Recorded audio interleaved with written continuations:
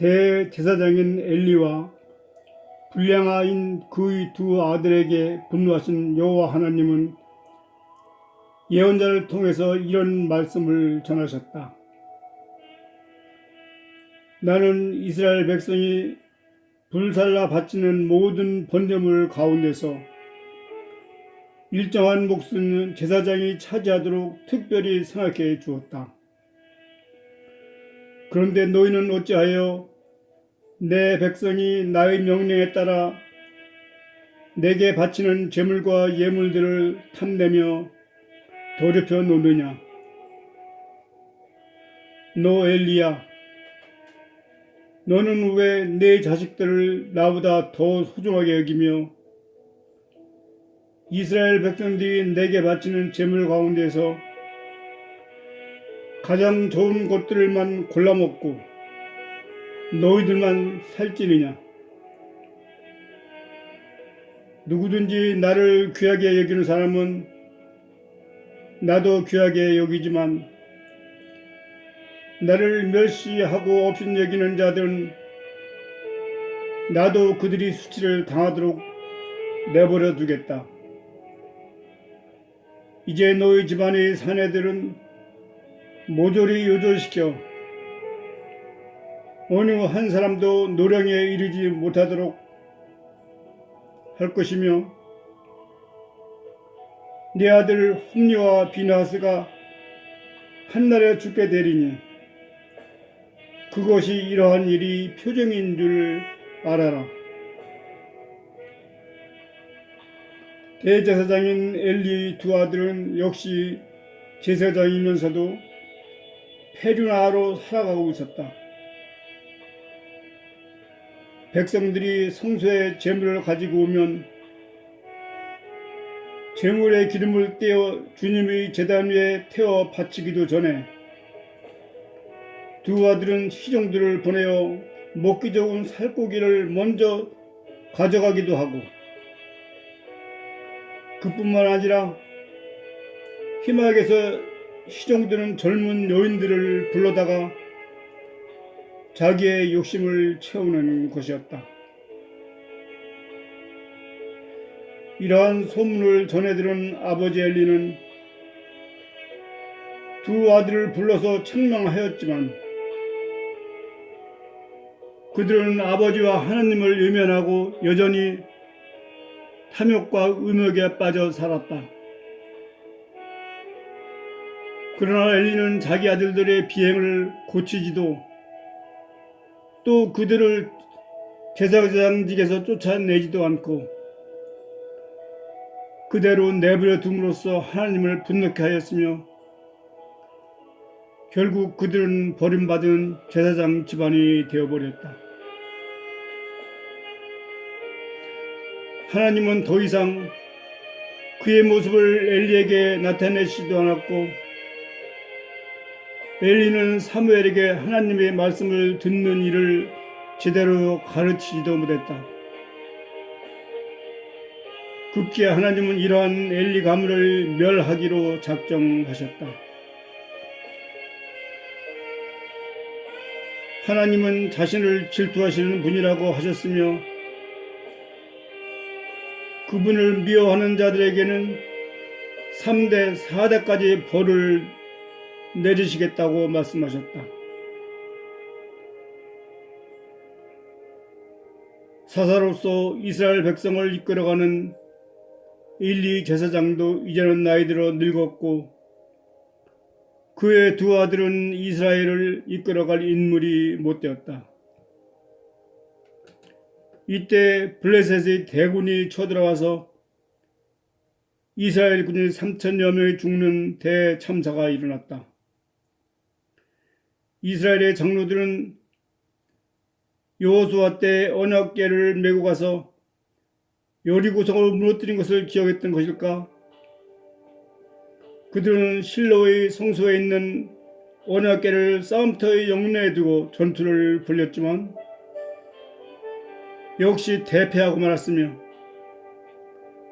4만여 명의 군인과 엘리의 두 아들이 전사했을 뿐만 아니라 언약궤까지 빼앗기고 말았다.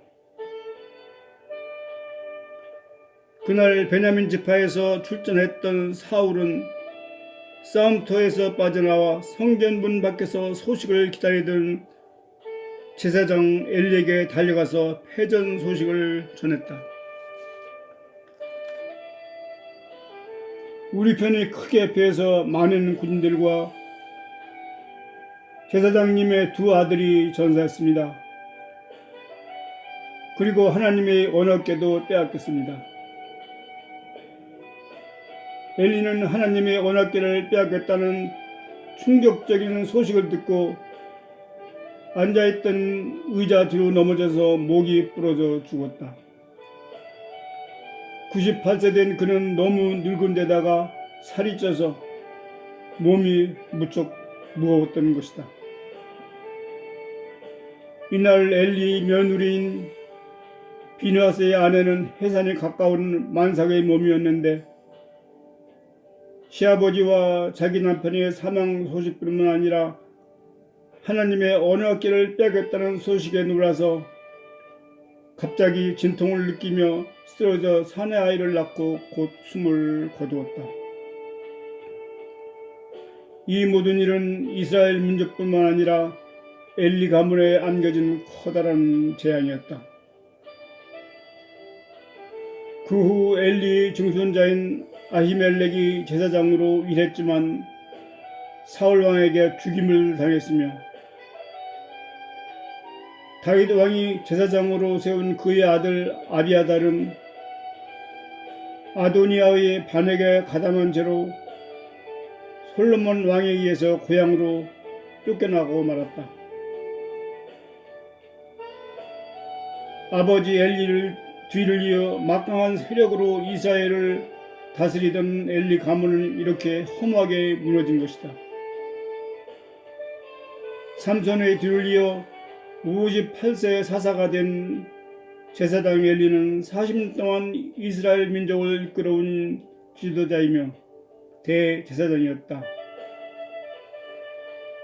어머니 한나는 사무엘을 엘리 제사장에게 맡기면서 하나님의 충성된 종이 되기를 기원했으며 그는 사무엘을 바르게 교육시켜서 이스라엘 역사에서 최초의 두 왕인 사울과 다윗을 왕위에 세우는 중요한 인물이 되게 하였다. 그러나 그는 아들 교육에는 실패한 아버지였다. 그는 여호와 하나님보다도 아들을 더 사랑하며 아들을 바른 길도 인도하지 못한 결과로 하나님을 분노케 했을 뿐만 아니라 세상 사람들로부터 원성을 듣게 된 것이다. 데빗 맥케라는 사람은 이런 말을 했다. 사회에서 아무리 큰 업적을 세운다고 해도 가정에서의 실패를 덮을 수는 없다. 엘리는 훌륭한 제사장이었지만 그의 아들로 인해서 자신과 가문을 망친 슬픈 이야기를 남겼다. 그러면 그 두 아들의 행실이 장성한 후에 나빠졌을까? 하나님은 아들의 비행을 보면서도 바로잡지 못한 아버지에게 그 책임을 묻는 것이다. 엘리에게는 자기 아들들이 하나님의 저주를 자청하되 이를 금하지 아니한 죄가 큰 것이다.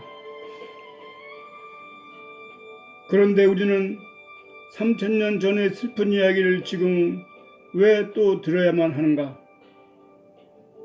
그 이유는 지금도 우리 주변에서 그와 같은 이야기가 들려오고 있기 때문이다. 아들이 눈에 좋은 아버지가 되거나 아니면 나쁜 아버지가 되는 일은 전적으로 아버지의 선택에 달려있다. 그래서 잠언 기자는 이렇게 말한다. 마땅히 행할 길을 아이에게 가르치라. 그리하면 늙어서도 그것을 떠나지 아니하리라.